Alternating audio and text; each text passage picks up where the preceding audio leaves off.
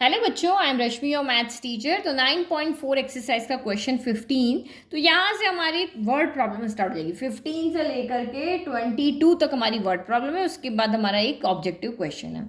तो find the equation of a curve passing through the point 0 0 and whose differential equation is this. तो बहुत simple है, जो हमने 11 to 14 में किया वही है। भाई आपको एक डिफरेंशियल इक्वेशन यहाँ पे गिवन है। तो डिफरेंशियल इक्वेशन के बाद आपको यहाँ पे इक्वेशन ऑफ कर्व फाइंड करनी। इक्वेशन ऑफ कर्व का मतलब यहाँ पे क्या हो गया कि हमें एक जनरल सोल्यूशन निकालना है, क्योंकि मैंने आपको इंट्रोडक्शन में पहले ही यहाँ पे बताया था कि जो हमारी डिफरेंशियल इक्वेशन होती है वो क्या करती है, एक फैमिली ऑफ कर्व को डिनोट करती है। तो इसका जब हम सोल्यूशन निकालेंगे तो वो हमारी यहाँ पे क्या आएगी, एक इक्वेशन ही आएगी। डिफरेंशियल इक्वेशन होके एक सिंपल हमारी क्या होगी, इक्वेशन होगी। तो हमें वो इक्वेशन ही यहाँ पर निकालनी है जिसमें dy बाई डी एक्स ना हो। फिर आपको कह रहे हैं कि अब जो वो इक्वेशन आएगी वो 0 0 से पास हो रही है। तो ये यहाँ हमें क्या दिया हुआ है, x इक्वल टू 0 दिया है, y इक्वल टू 0 दिया है। तो हमें वो पॉइंट्स दिए हैं जिसके थ्रू हम यहाँ पे c की वैल्यू निकाल सकें और हम एक पर्टिकुलर सॉल्यूशन यहाँ पे निकाल सकें। तो आपको समझ में आना चाहिए कि क्या क्या गिवन है और क्या हमें फाइंड करना है। एक डिफरेंशियल इक्वेशन दी हुई है, इसका सोल्यूशन करके हम यहाँ पे जनरल सोल्यूशन निकालेंगे और वो जो इक्वेशन है वो 0 0 से पास हो रही, तो इसकी हेल्प से हम सी निकालेंगे। सी निकाल के उसमें पुट कर देंगे तो वो हमारी एक पर्टिकुलर सोल्यूशन इस डिफरेंशियल इक्वेशन का आ जाएगा। तो गिवन हमने लिख लिया है, वाई डैश को हम क्या लिखते हैं, d y by d x equal to e power x sine x होता है। डिफरेंशियल इक्वेशन से इक्वेशन बनेगी इसको सॉल्व करके। तो यहाँ पे सॉल्व कैसे करना है, एक्स को सेपरेट कर लो, वाई को सेपरेट कर लो। तो ये आपका डी वाई आ गया और डी एक्स को इधर भेज दो, ई की पावर एक्स साइन एक्स, ये क्या हो गया, डी एक्स हो गया। तो सेपरेट हो गए। अब आप इंटीग्रेट करो, तो integration of d y equal to integration of e power x sine x आपका dx हो गया। तो ये प्रोडक्ट मेथड से होगा, एक को पहला एक को दूसरा लेना पड़ेगा। तो ILATE हो गया। तो ये एक्सपोनेंशियल फंक्शन है, लास्ट में है, तो ये सेकंड आएगा। और ट्रिग्नोमेट्रिक फंक्शन है तो ये आपका फर्स्ट आएगा। तो ट्रिग्नोमेट्रिक फंक्शन को हम फर्स्ट लेंगे, एक्सपोनेंशियल फंक्शन को हम यहाँ पे सेकंड लेंगे। तो इंटीग्रेशन ऑफ डी वाई, तो y हो गया। फिर आप यहाँ पे क्या करते हो, फर्स्ट को एज इट इज रखते हो, इंटीग्रेशन ऑफ सेकंड करते हैं, ई पावर एक्स dx हो गया। फिर minus integration bracket open D by d x of sine x, same यही वाला लगाएंगे, बस इसके आगे एक इंटीग्रेशन और डी बाई डी एक्स दोनों लगा देते हैं। फिर आपका यहाँ पे इंटीग्रेशन ऑफ ई की power x d x bracket close, integration लगाया तो डी एक्स भी लगेगा। तो ठीक है, तो y equal to integration of e power x क्या होता है, तो ई पावर एक्स ही होता है। तो e power x sine x बच गया यहाँ से। फिर minus d by d x of sine x क्या होता है, तो d by d x of sine x होता है आपका यहाँ पर कॉस एक्स, और ये e power x d. Integration of e power x क्या होता है, ई पावर एक्स ही होता है। तो देखो अभी हमने दो टर्म लेकर के चले थे, हमें फिर से दो टर्म ही यहाँ पर मिल रही है। तो इसका हमें फिर से इंटीग्रेशन करना पड़ेगा वही प्रोडक्ट मैथड से। तो ये सेम आपका एक्सपोनेंशियल फंक्शन अभी सेकंड रहेगा और कॉस एक्स फंक्शन आपका यहाँ पर फर्स्ट रहेगा। तो y equal to e power x sine x हो गया, minus as it is bracket open, क्योंकि इसको सॉल्व करोगे तो फिर से इतनी बड़ी टर्म आएगी, तो इसीलिए first function as it is integration of second function dx। Same इसको वापस लिख लो, cos x integration of e power x dx। अब इसके आगे हम डी बाई डी एक्स भी लगाते हैं, ब्रैकेट लगा लेते हैं, इंटीग्रेशन लगा लेते हैं, फिर से dx और ये माइनस ये वाला। तो सेम को सेम लिख करके डी बाई डी एक्स भी लगाना और इंटीग्रेशन भी यहाँ पे लगाना है, ठीक है। एक माइनस हमारा बाहर है ये। तो y इक्वल टू ई की पावर एक्स आपका साइन एक्स हो गया। फिर minus integration of e power x क्या होता है, तो e power x cos x हमारा एज इट इज था, तो कॉस एक्स आपका डी एक्स हो गया। फिर आपका देखो D by d x of cos x क्या होता है, तो माइनस का साइन एक्स होता है, तो minus minus plus integration of sine x और ये integration of e power x d x हो गया। ये वाला डी एक्स यहाँ आ गया, ठीक है। अब एक बार हम ब्रैकेट खोल लेते हैं, तो e power x sine x minus plus minus e power x cos x d x हो गया। Minus plus minus integration of e power x पहले लिख लेते हैं, साइन एक्स बाद में लिखते हैं और डी एक्स हो गया। तो क्या करें, हमने जहाँ से क्वेश्चन स्टार्ट किया था ये फिर से जा करके वही का वही यहाँ पर क्या हो गया, बन गया। लेकिन अगर आप यहाँ पे देखो, ये क्वेश्चन हम पहले भी कर चुके हैं, जब बार बार सेम चलता होता है तो हम यहाँ पे वैल्यू पुट कर लेते हैं। तो integration of e power x sine x d x की वैल्यू क्या है, तो integration of e power x sine x d x की वैल्यू यहाँ से इंटीग्रेशन ऑफ डी वाई। इसकी जगह हम ये पुट कर देंगे तो हमारा इंटीग्रेशन खत्म हो जाएगा। अदरवाइज तो आप करते रहो और इन्फिनिटी में आंसर आपका चला जाएगा। तो यहाँ से हम ये वैल्यू निकाल करके इसकी जगह पे पुट कर देते, तो इसको हम फर्स्ट लिख लेते हैं। लिख लो यहाँ पे फ्रॉम फर्स्ट कर देते हैं, ठीक है। रखो वैल्यू, तो ये हो गया y equal to e power x sine x minus e power x cos x d x minus integration of d y हो गया। तो इंटीग्रेशन ऑफ डी वाई क्या होता है, y होता है। y इक्वल टू ई की power x sine x minus e की पावर एक्स कॉस एक्स। अच्छा यहाँ डी एक्स क्यों है, ये तो हम कर चुके हैं ना। हाँ यहाँ गड़बड़ को चल रही है, डी एक्स नहीं आएगा यहाँ, डी वाई, तो ये क्या हो जाएगा, वाई हो जाएगा। माइनस का वाई उधर गया तो ये कितना हो जाएगा, माइनस का वाई हो जाएगा तो प्लस का y, y plus y 2y equal to, इन दोनों में से e पावर x कॉमन लेते हैं और यहाँ पे हमारा प्लस का c भी आएगा, ठीक है। तो e पावर x कॉमन ले लिया तो अंदर क्या बचा, sine x minus cos x plus आपका यहाँ पर c हो गया। तो ये हमारा यहाँ से सोल्यूशन है। आप चाहो तो y को अभी 2 को नीचे भी भेज सकते हो। अब ये तो हो गया जनरल सोल्यूशन। अब पर्टिकुलर सोल्यूशन क्या कह रहा है, अब ये जो कर्व, ये हमारी क्या है, ये इक्वेशन ऑफ कर्व है। अब इसने कहा ये कर्व की जो इक्वेशन है ये 0 0 से पास हो रही है, तो 0 0 से पास हो रही है तो करा, 0 से पास हो रही है तो 0 0 इसको सेटिस्फाई करेंगे। तो putting x equal to 0 and y equal to 0 in equation number 2 में करो पुट। तो ये आपका कितना हो गया, रखोगे यहाँ 0, 2 इंटू 0 0, ई पावर 0, ई पावर 0 क्या होता है, 1 होता है।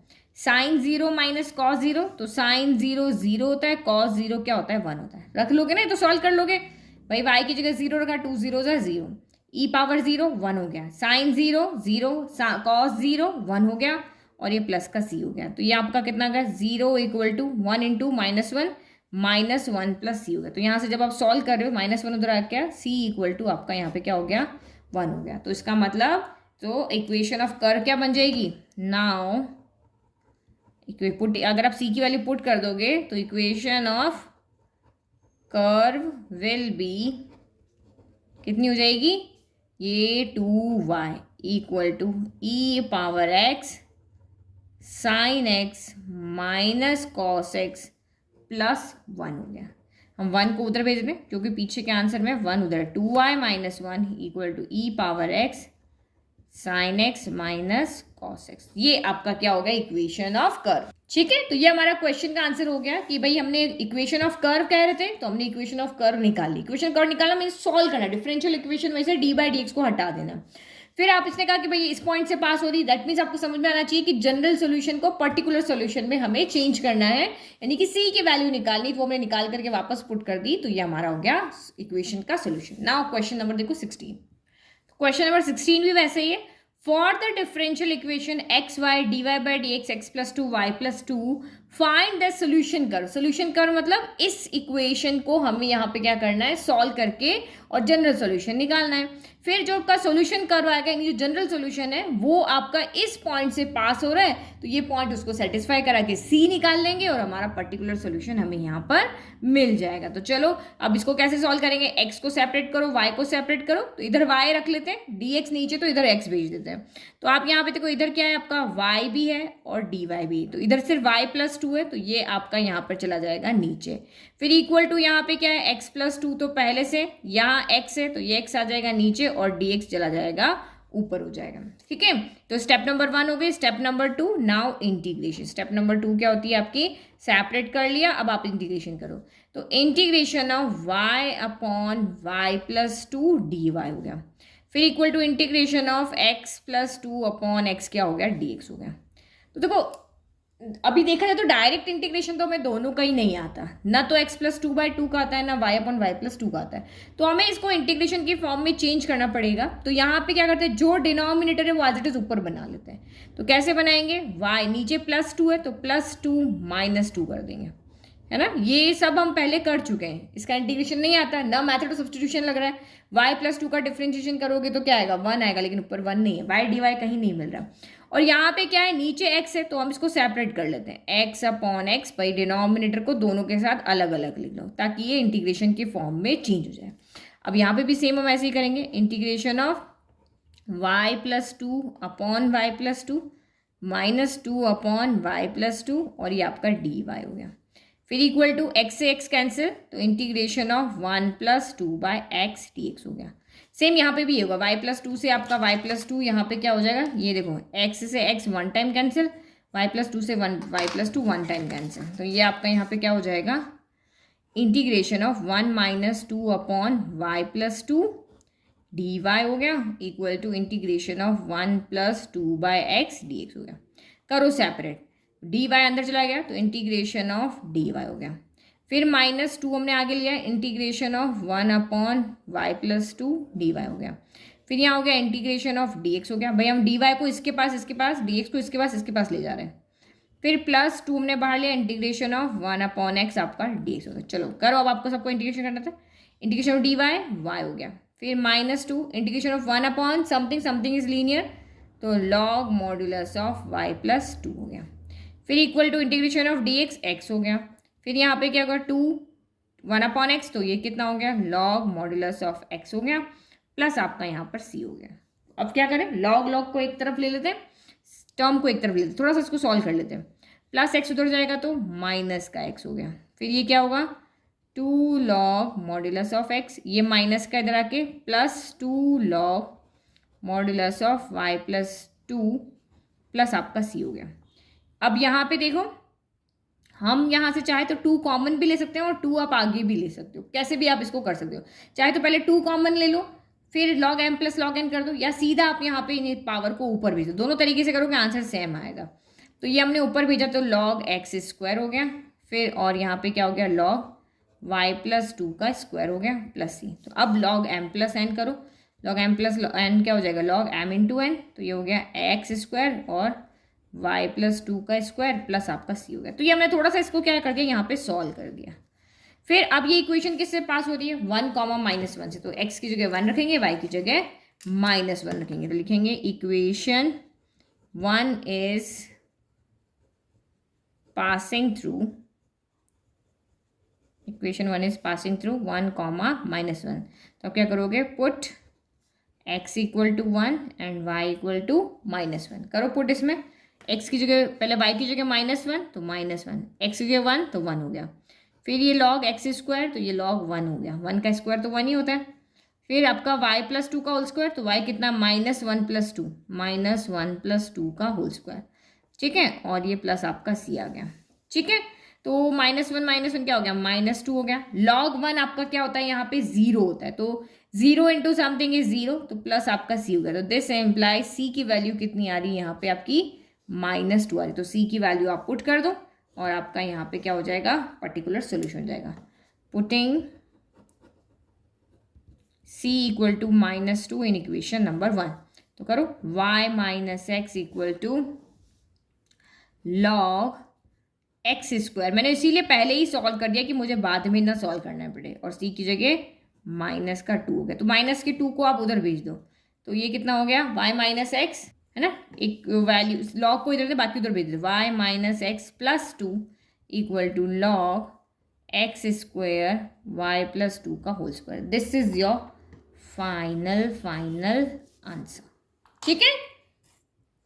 नाउ क्वेश्चन नंबर 17 देखो, तो ये आपकी एक वर्ड प्रॉब्लम है। कैसे, देखो, find the equation of a curve passing through the point 0, -2। तो हमें एक्चुअल में यहाँ पे फाइंड क्या करना है, कर्व की इक्वेशन फाइंड करनी। तो आप समझ जाओ, अगर आपको कर्व की इक्वेशन फाइंड करनी, दैट मीन्स आपको डिफरेंशियल इक्वेशन गिवन होगी, क्योंकि अभी तक हमने यही देखा है 9.4 के अंदर कि डिफरेंशियल इक्वेशन गिवन है और आप कर्व की इक्वेशन फाइंड करो।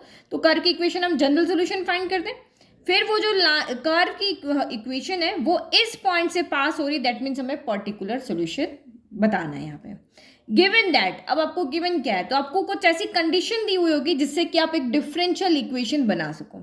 Given that at any point xy on the curve, the product of the slope of its tangent and y coordinate of the point is equal to the x coordinate of the point। तो ये आपको यहाँ पे क्या कह रहा है कि ये जो कर्व है, ठीक है, इस पे कोई भी एक पॉइंट है एक्स वाई, ठीक, उस पॉइंट पर, जैसे ये आपका कर्व है, इसके ऊपर मान लिया कि ये पॉइंट है आपका एक्स वाई, तो इस पॉइंट पे यहाँ पे क्या हो रहा है, the product of slope of its tangent. तो ये जो पॉइंट है इस पे अगर आप एक टेंजेंट ड्रॉ करते हो, इसका स्लोप और इसके y कोऑर्डिनेट का स्लोप कैसे निकालते हैं। स्लोप क्या होता है, बहुत बार बता चुके, स्लोप होता है आपका कोई भी पॉइंट आपको जिसका स्लोप निकालना है, मतलब कि dy/dx जो होता है वो हमारा स्लोप होता है। स्लोप निकालने का यही फॉर्मूला होता है, y2 minus y1 upon x2 minus x1 अगर पॉइंट्स आपको गिवन है, या tan थीटा होता है, या dy/dx भी होता है। तो dy/dx का जब आप y कोऑर्डिनेट से मल्टीप्लाई करोगे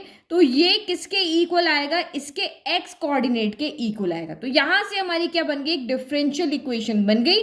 उसको सॉल्व करके हम जनरल इक्वेशन निकालेंगे और फिर इस पॉइंट को पुट करके हम पर्टिकुलर सोल्यूशन वहां पे निकाल करके बता देंगे। तो डिफरेंशियल इक्वेशन बनाने की यही हमारे पास में कंडीशन है, ठीक है। तो एट एनी पॉइंट हमें क्या मानेंगे, स्लोप ऑफ टेंजेंट का जो प्रोडक्ट है y कोऑर्डिनेट के साथ, वो दोनों का प्रोडक्ट जो है x कोऑर्डिनेट के इक्वल आएगा। स्लोप निकालने के 3 फॉर्मूला थे, तो हमें यहाँ पे कोई एंगल नहीं दिया हुआ कि हम स्लोप निकाल लें, कोई 2 पॉइंट नहीं दिए हुए कि x2 minus x1 y2 minus y1 लगा के हम टेंजेंट निकाल लें। तो हमने यहाँ पे डिफरेंशियल इक्वेशन लिख दिया, dy/dx जो होता है वो स्लोप ऑफ टेंजेंट होता है। तो वैल्यू पुट कर लो, तो स्लोप ऑफ टेंजेंट क्या हो गया, dy/dx हो गया। अब इसका y कोऑर्डिनेट कितना है, तो y कोऑर्डिनेट y ही है और x कोऑर्डिनेट कितना है, तो x है। तो ये हमारी यहाँ पे क्या बन गई, डिफरेंशियल इक्वेशन बन गई। अब इसको सॉल्व करके आप इक्वेशन ऑफ कर्व निकालो। तो सॉल्व कैसे करेंगे, x को एक तरफ y को एक तरफ, तो dx नीचे है तो ये हो गया y dy और ये हो गया x dx अलग है आपका यहाँ पे। नाउ अब आप यहाँ पे क्या करो, इंटीग्रेट करो। इंटीग्रेट करेंगे तो हमें कर्व मिल जाएगा, इक्वेशन ऑफ कर्व। तो ये क्या हो गया, integration of y dy equal to integration of x dx हो गया। तो y का इंटीग्रेशन कितना हो जाएगा, y²/2, x का कितना हो जाएगा, x²/2 और ये प्लस आपका कितना हो गया, c हो गया। तो ये हमारी डिफरेंशियल क्या हो गई, इक्वेशन होगी। अब ये डिफरेंशियल इक्वेशन किससे पास हो रही है, इससे पास हो रही है। तो हमें c की वैल्यू एक्चुअल में यहाँ पे निकालनी है, तो पुट करो, ठीक है। तो हमने लिख दिया कि the curve 2 passes through the point 0, -2, so putting x = 0 and y = -2 to find c। करो, y की जगह -2 रखना है, तो यहाँ पे क्या रखेंगे, -2 का whole square divided by 2। x की जगह क्या रखेंगे, 0/2 प्लस आपका c हो गया। तो 0/2 तो 0 हो गया, -2 का स्क्वायर 4/2 इक्वल टू c, तो ये कैंसिल हो गया। तो दिस इम्प्लाइज c = 2 आ गया। तो अगेन आप ये 2 यहाँ पे पुट कर लो और हमारी यहाँ पे क्या आ जाएगी, इक्वेशन आ जाएगी। कौन सी, particular equation. Find the equation of curve ना, तो वो इक्वेशन आ जाएगी पर्टिकुलर कि हाँ भाई ये पर्टिकुलर आंसर है, सबके लिए यही आंसर रहेगा, ठीक है। तो मैंने यहाँ पे रख दिया कि हमने फिर से वैल्यू को पुट कर दिया। अब यहाँ पे क्या करें, इसको उधर ले जाते हैं, तो y² थोड़ा सा सॉल्व करके आंसर लिख लें। ये नेगेटिव है तो उधर जाके क्या हो जाएगा, पॉजिटिव इक्वल टू 2 हो गया। एलसीएम ले लो, तो 2 ही एलसीएम आएगा, तो y² minus x² equal to 2। ये 2 इधर चला जाएगा, तो y² minus x² equal to 2, 2 जा कितना हो जाएगा, 4। This is the required equation. Done, this is the equation of curve. Now next question number 18 देखो, जो हमारा भी कुछ इसी तरीके का है। तो क्वेश्चन नंबर 18 देखो, at any point x y of a curve. तो ये रफ फिगर यहाँ बना लेते हैं, ये हमारा कर्व है, इसका कोई पॉइंट है एक्स को वाई। थोड़ा सा दिमाग में आइडिया लग जाएगा ना, तब भी आप अगर ये फिगर समझ पाते हो तब भी ठीक है, नहीं समझ पाते हो तब भी क्वेश्चन की इक्वेशन समझ पा रहे हो तब भी आप क्वेश्चन को कर लोगे। बहुत से बच्चों को फिगर बनाने में दिक्कत होती है, तो कोई जरूरत नहीं है फिगर बनाने की, आप आराम से इस इक्वेशन को समझ गए तो आप क्वेश्चन को कर लोगे। At any point x y of a curve the slope of a tangent. अब ये पॉइंट है, इस पे आप यहाँ पे क्या निकाल रहे हो, स्लोप निकाल रहे हो, इसका स्लोप। तो स्लोप आपको पता है क्या होता है, dy/dx होता है, is twice the slope of the line segment joining the point of contact to the point -4 -3। तो ये आपको यहाँ पे क्या कह रहा है कि स्लोप ऑफ द टेंजेंट जो है वो किसके इक्वल है, is means equal twice the slope of the line segment, जो कि पॉइंट ऑफ कॉन्टेक्ट और इस पॉइंट को ज्वाइन करने से जो लाइन बन रही है उसके जो स्लोप है उसको अगर आप 2 से मल्टीप्लाई करो तो ये स्लोप ऑफ टेंजेंट क्या हो जाएगा, इक्वल हो जाएगा। ये समझ में आ गया कि भाई ये कर्व है, इस पर कोई एक पॉइंट है, इसका जो टेंजेंट है जो कि हमारा यहाँ पे क्या है dy/dx है, वो किसके इक्वल है कि पॉइंट ऑफ कॉन्टेक्ट क्या होता है, twice the slope of the line segment. इस लाइन सेगमेंट का स्लोप हमें निकालना है। तो स्लोप निकालने के लिए आपको 2 पॉइंट दिए हुए हैं, एक तो पॉइंट ऑफ कॉन्टेक्ट दिया हुआ और एक ये पॉइंट दिया हुआ है। तो पॉइंट ऑफ कांटेक्ट कहाँ है, जहाँ कर्व पे टेंजेंट बन रही है वो हमारा यहाँ पर क्या है, पॉइंट ऑफ कांटेक्ट है। और एक पॉइंट आपको ये यहाँ कहीं दिया हुआ है -4, -3। इन दोनों पॉइंट को ज्वाइन करने से जो लाइन सेगमेंट बन रही है उसके स्लोप को अगर आप डबल कर दो तो वो इस स्लोप ऑफ टेंजेंट के क्या हो जाएगा, इक्वल। तो ये फिगर आ गया समझ में। अब फिगर जिसको नहीं समझ में आया वो उसको छोड़ दो। यहाँ देखो, at any point x y of a curve, दिमाग में सोचो कोई कर्व है उसके ऊपर कोई एक्स वाई पॉइंट है, the slope of a tangent, इस पॉइंट के ऊपर जो आप स्लोप बना रहे हो वो क्या है, dy by d x is equal to 2 times slope of the line segment joining the point of contact to the point. तो पॉइंट ऑफ कॉन्टेक्ट कौन सा, ये वाला और ये वाला, इन दोनों पॉइंट को ज्वाइन करने जो लाइन बन रही है उसका जो स्लोप है उसको डबल करने से इक्वल, ये इस वाले के इक्वल हो जाएगा। ये समझ में आ गया।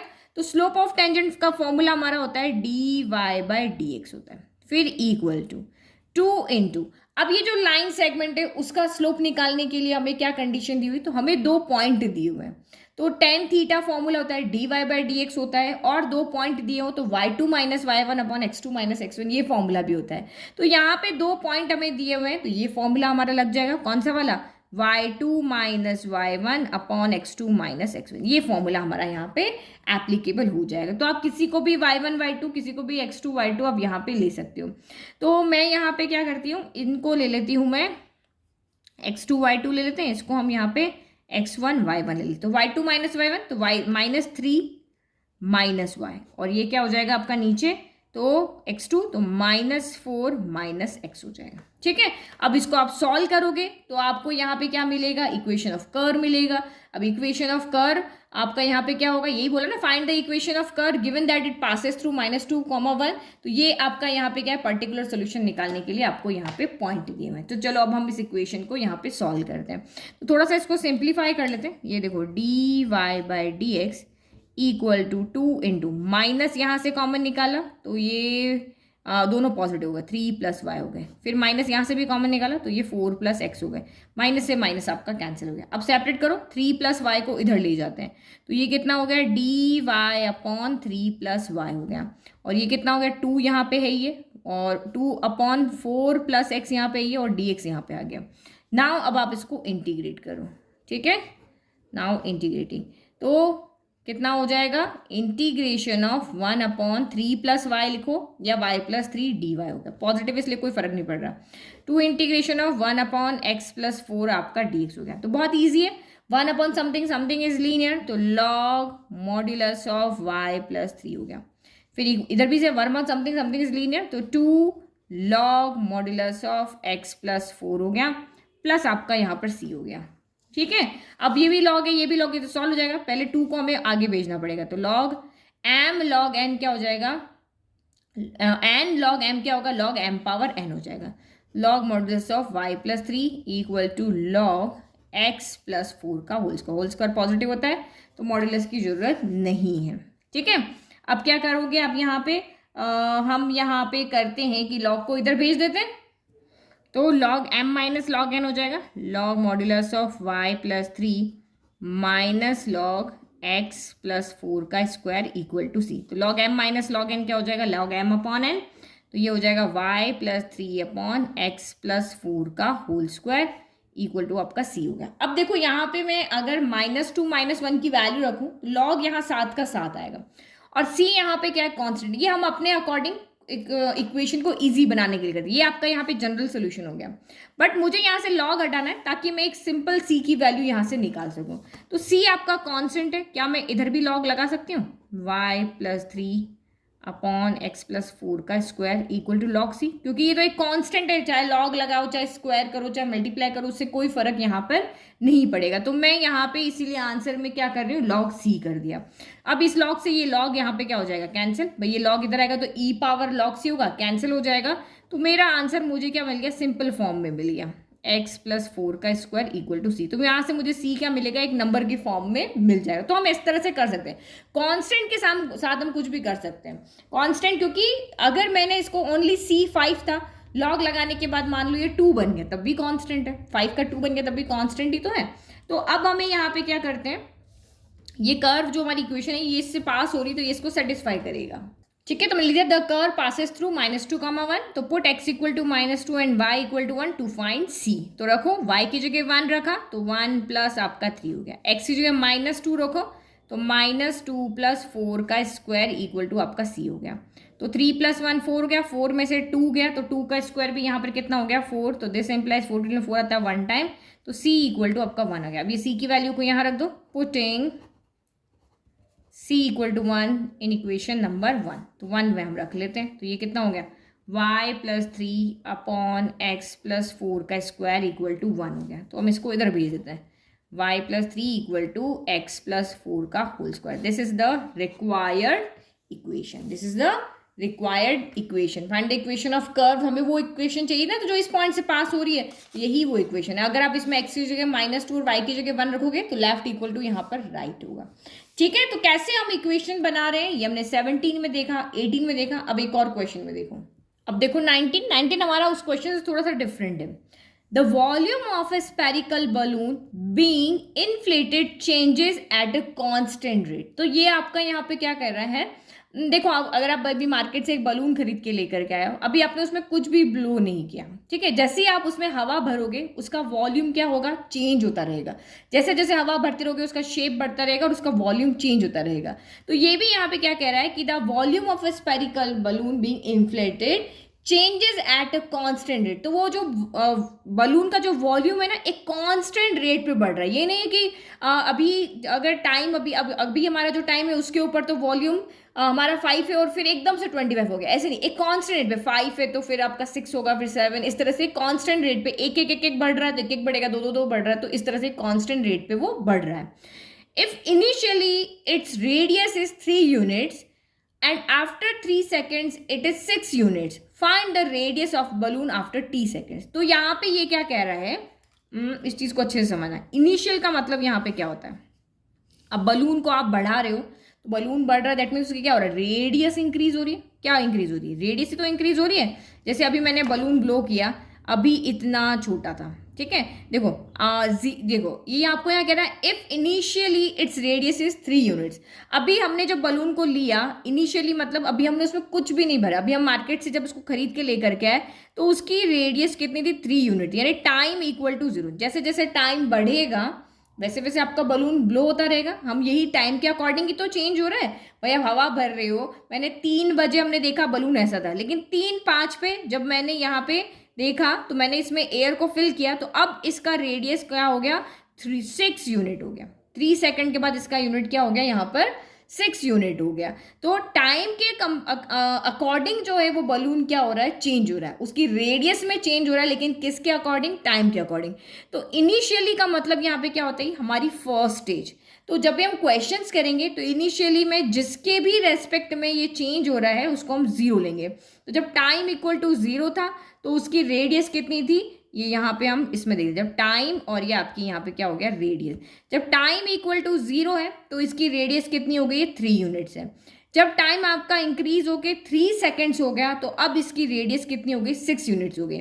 Find the radius of the balloon. अब आपको कह रहा है भाई ये रेडियस आप यहाँ पे फाइंड करके बताओ आफ्टर टी सेकेंड्स, कि टी सेकेंड्स के बाद में इसकी रेडियस कितनी होगी, ये हमें यहाँ पे निकाल करके बताना है। तो आपको गिवन यहाँ पे क्या है, the volume of spherical balloon being inflated changes at a constant है। तो रेट ऑफ चेंज क्या होता है, रेट ऑफ चेंज क्या होता है, dy बाई डी एक्स ही होता है। भाई कोई भी चीज़ किसी के रेस्पेक्ट में चेंज हो रही है, मैंने आपको डिफरेंशियल इक्वेशन में पढ़ाया था, बताया था कि कोई भी चीज़ किसी के रेस्पेक्ट में चेंज हो रही तो हम उसको d v by d t या d y by d x, जैसे हमने इक्वेशन भी कहा था यहाँ पे कि x plus y equal to 0 है, इसमें y आपका क्या होता है, डिपेंडेंट होता है। तो y अगर x आप चेंज कर रहे हो तो y में चेंज हो रहा है, तो that means d y by d x हम लिखते हैं। ये आपका होता है इंडिपेंडेंट, ये होता है आपका डिपेंडेंट। इसी फॉर्म में लिखते हैं कि x के रेस्पेक्ट में y कितना यहाँ पर चेंज हो रहा है, यही देखते हैं ना। तो ये लाइन से आपको पढ़ के समझ में आना चाहिए कि जो चेंज हो रहा है इसका मतलब डीवी यानी डिफरेंशियल आने वाला है। क्या चेंज हो रहा है, वॉल्यूम चेंज हो रहा है। वॉल्यूम किसके रेस्पेक्ट में चेंज हो रहा है, तो टाइम के रेस्पेक्ट में। जैसे जैसे आप एयर फिल करते रहोगे वॉल्यूम क्या होता है उसका बढ़ता जाएगा, यानी वॉल्यूम किसके रेस्पेक्ट में चेंज हो रहा है, टाइम के रेस्पेक्ट। यहाँ कहीं भी नहीं लिखा है कि volume of spherical balloon being inflated change as the constant rate. तो आप चेंज कर रहे हो लेकिन रेट आपकी कांस्टेंट रेट, ये नहीं है कि बहुत वेरिएबल है, जो चेंज होने में बहुत वेरिएबल है कि एक ही बार में बलून इतना बड़ा हो गया, वो नहीं, धीरे धीरे धीरे बढ़ रहा है। तो टाइम के रेस्पेक्ट में चेंज हो रहा है, तो आपको देखना पड़ेगा। तो इसका मतलब यहाँ पे क्या हुआ कि वॉल्यूम जो है वो टाइम के रेस्पेक्ट में चेंज हो रहा है, और चेंज होने की रेट क्या है, तो कांस्टेंट है। तो मैंने उस के को यहाँ पे क्या ले लिया, कांस्टेंट वेरिएबल एक ले लिया। ये समझ में आ गया। ये पुराने दो क्वेश्चन से बस ये क्वेश्चन इतना ही डिफरेंट है कि यहाँ पे आपको डिफरेंशियल इक्वेशन कैसे बन रही है वो देखना है। तो हमने फर्स्ट इक्वेशन में यहाँ पे देख लिया, आपको यहाँ नीचे टाइम भी दिया हुआ है, जब टाइम 0 है तो ये है, जब टाइम आपका ये है तो ये है, तो टी सेकंड में क्या होगा, तो दैट मीन वॉल्यूम आपका टाइम पर डिपेंड कर रहा है। अब हमारे पास वॉल्यूम का फॉर्मूला होता है, वॉल्यूम का ये फॉर्मूला है, तो ये हमारी डिफरेंशियल इक्वेशन होगी। इसको सॉल्व करके हमें यहाँ पे जनरल इक्वेशन निकालेंगे और फिर हम यहाँ पे रेडियस को फाइंड करेंगे। तो आप यहाँ पे रखो d/dt, v कितना है, d/dt of 4/3 pi r³ equal to हमने k कर दिया। कांस्टेंट को आगे कर दो, तो 4/3 पाई आपका कांस्टेंट है, dr³ dt इक्वल टू आपका k हो गया। ठीक है, कुछ इसका डिफ्रेंशिएशन हमें आता है, तो ये आपका कितना हो गया, 4/3 r³ का कितना हो जाएगा, d/dt, तो 3 आगे आ गया, r एक कम हो जाएगा और ये dr/ क्या हो जाएगा, dt। भाई इसका डिफरेंशियल हमें आता है ना, एक पावर आगे आ जाएगी, एक पावर कम हो जाएगी, और t के रेस्पेक्ट में कर रहे हैं हम, तो dr/ क्या हो जाएगा, dt हो जाएगा। तो अब यहाँ से देखो क्या होगा, 3 से 3 कैंसिल हो गया, तो ये हो गया 4πr² और ये dr, और इधर हम लेके चले जाते हैं k dt हो गया। भाई वेरिएबल सेपरेट करें, वेरिएबल है कौन है, रेडियस है और टाइम है, यही दो वेरिएबल है। वॉल्यूम तो हमने हटा दिया क्योंकि वॉल्यूम के जो हमारा था उसको हमने आर की फॉर्म में यहाँ पर रख दिया। ठीक है, तो चलो अब आप इसको यहाँ पे क्या करोगे, इंटीग्रेट करो, क्योंकि यहाँ से हमें क्या करना है, रेडियस निकालना है। तो पहले डिफरेंशियल्स को हटा दें, इंटीग्रेटिंग बोथ साइड। तो देखो 4πr² तो अलग है, integration of dt equal to, एक सेकेंड, इंटीग्रेशन dt क्यों, dr आएगा ना, ऊपर तो dr था, integration of dr equal to k भी हमारा कांस्टेंट है, इंटीग्रेशन ऑफ dt हो गया। तो dr का इंटीग्रेशन क्या हो जाएगा, r हो जाएगा। तो हमारा यहाँ पर क्या हो गया, तो r है ना, तो ये r² भी तो यहाँ आएगा फिर। ठीक है, तो यह होगा 4π r का क्या, r² का कितना होगा, r³/3, फिर इक्वल टू ये k dt का हो गया t, और ये प्लस आ गया आपका यहाँ पर c। तो यानी कि ये कितना हो गया, 4πr³/3 equal to kt plus आपका c हो गया। तो आप यहाँ पे देखो, ये हमारी जनरल सोल्यूशन यहाँ पे हो गया। भाई ये डिफरेंशियल इक्वेशन थी, इसको सॉल्व करके हमने एक जनरल इक्वेशन यहाँ पे बना दी। अब ये आपको कह रहा है कि आप इसमें से मुझे क्या निकाल के बताओ, रेडियस निकाल के बताओ, इस इक्वेशन में से आप रेडियस निकाल के बताओ। तो देखो रेडियस के अलावा आपके पास क्या क्या वेरिएबल है, ये कांस्टेंट है, ये कांस्टेंट है, ये कांस्टेंट है, तो ये एक वेरिएबल ये रहा, एक वेरिएबल हमारे पास यहाँ पर k है, एक वेरिएबल हमारे पास यहाँ पे c है। क्योंकि t हमारे पास वेरिएबल नहीं है, क्योंकि इसने कहा है कि भाई t सेकंड पे ही आपको r निकालना है। तो एक्चुअल में मुझे यहाँ से 3 वैल्यू निकालनी है, r की वैल्यू निकालनी है, तो मुझे k एंड c की वैल्यू यहाँ पर पुट करनी पड़ेगी, तभी हम निकाल पाएंगे। तो उसके लिए हमारी ये टेबल काम आएगी। भाई इसके पास देखो एक वैल्यू है, हमारे पास 2 है, तो 2 वैल्यू जब यहाँ पर है तो इनको पुट करेंगे तो हमारे पास k एंड c की वैल्यू आ जाएगी। k एंड c की वैल्यू को यहाँ पुट करेंगे, फिर हम यहाँ से r की वैल्यू निकाल लेंगे। तो ये जो टेबल है वो हमारे लिए इंपॉर्टेंट, जो गिवन इन्फॉर्मेशन है वो हमारे लिए इंपॉर्टेंट है। तो सबसे पहले हम देख लेते हैं, एट t इक्वल टू 0 पे रेडियस हमको कितना दिया हुआ है, 3 दिया हुआ है। ये इनिशियली मतलब टाइम 0 पे रेडियस कितना है आपका, 3 यूनिट। तो लिखो at t equal to 0 radius r is 3। तो पुट करो, तो दिस इम्प्लाइज कितना हो जाएगा, t equal to r equal to 3 है, तो ये कितना हो गया 4π3/3, t तो 0 हो गया, तो k इंटू 0 प्लस आपका c हो गया। तो एक 3 से तो एक 3 कैंसिल हो जाएगा, 3 का स्क्वायर 9, 9 4 36, तो 36 पाई इक्वल टू आपका यहाँ से कितना आ गया, c आ गया। तो ये c की वैल्यू को आप यहाँ पुट कर दो इक्वेशन नंबर 1 के अंदर, लिख लेते हैं पुटिंग c, तो हमारा c तो यहाँ से हट गया, पुटिंग c। तो इक्वेशन क्या बन गई अब आपकी, 4πr³/3 equal to kt plus 36 pi बन गई। एक वेरिएबल हट गया।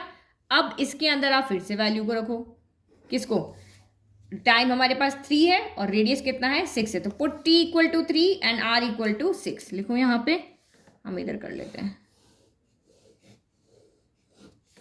Putting t equal to 3 and r equal to 6 in equation number 2। भाई हम 2 में रख रहे हैं, तब c को हम हटा चुके तब इसमें रखेंगे।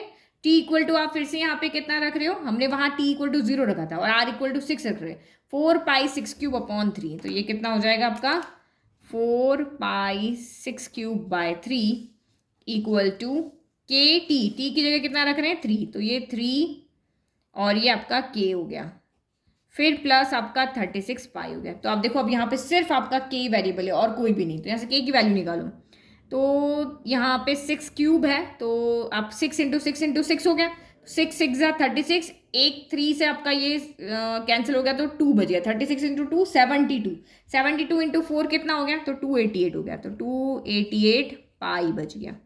फिर ये आपका 3k हो गया प्लस 36 पाई हो गया, 36 पाई को उधर जाके सब्ट्रैक्ट कर दोगे, 288 में से 36 गया तो 252 पाई इक्वल टू आपका 3k हो गया। k की वैल्यू चाहिए इसको उधर भेज दो, 252 पाई बाय 3 इक्वल टू आपका k हो गया, तो कैंसिल करो, 3 बना 8 टाइम और 4 टाइम, यानी कितने से एम्प्लाइज k इक्वल टू कितना हो गया 84 पाई आ गया। अब ये k की वैल्यू को भी 2 में पुट कर दो, पुटिंग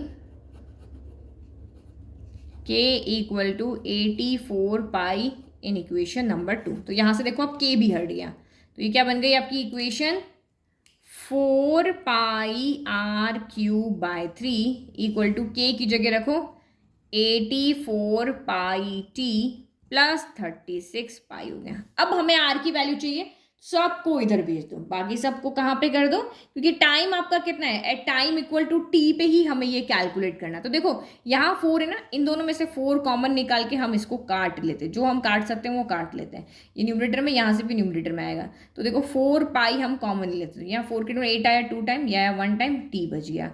फिर ये आपका 9, ठीक है, 4 के 2 में 9 4 तो 36 होता है, देखो 4 पाई से आपका 4 पाई कैंसिल हो गया। इस तरह से हमें ईजी बनाना है। अब r की वैल्यू चाहिए तो इस 3 को उधर भेज दो, 321t प्लस 9 हो गया, तो r क्यूब इक्वल टू ये करो 3 1 3 3 2 6 63t प्लस 9 3 27 हो गया। अब हमें r की वैल्यू चाहिए, 3 को इधर भेजो तो 63t प्लस 27 और ये 3 इधर आके 1/3, तो ये आपका क्या हो गया, बलून की रेडियस हो गई। तो इक्वेशन देख करके हमें समझना है कि क्या डिफरेंशियल इक्वेशन बनेगी, क्या क्या हमें गिवन है, और हमें रेडियस निकालना है, तो इसमें से किन दो की वैल्यू, क्योंकि आगे वाले जो क्वेश्चन है ना वो आपके इसी तरीके के आने वाले हैं कि भाई हमें अगर रेडियस निकालनी है तो k एंड c की वैल्यू चाहिए, तो जो हमें गिवन है वहीं से हम k c की वैल्यू निकाल के लाए, यहाँ पुट कर दिया, सारी इक्वेशन में सिर्फ एक वेरिएबल को बचाया, और यही हमारी क्या होगी, radius of the balloon after t second. ठीक है, तो फाइनल से लिख दिया, radius of the balloon after t second is 63t plus 27 power 1/3 unit, क्योंकि रेडियस यूनिट में आएगी। इजी क्वेश्चन था, कुछ भी इतना नहीं, एक बार आप कर लोगे तो कभी नहीं भूलोगे। इस तरह के क्वेश्चन नहीं है कि आपको बार बार प्रैक्टिस यहाँ पे करनी पड़ेगी। इससे आगे वाले क्वेश्चन आपके बैंकिंग से रिलेटेड आएंगे 3 क्वेश्चन, वो भी बहुत इजी क्वेश्चन है। इस वीडियो में हम यहीं तक कर रहे हैं। Thank you.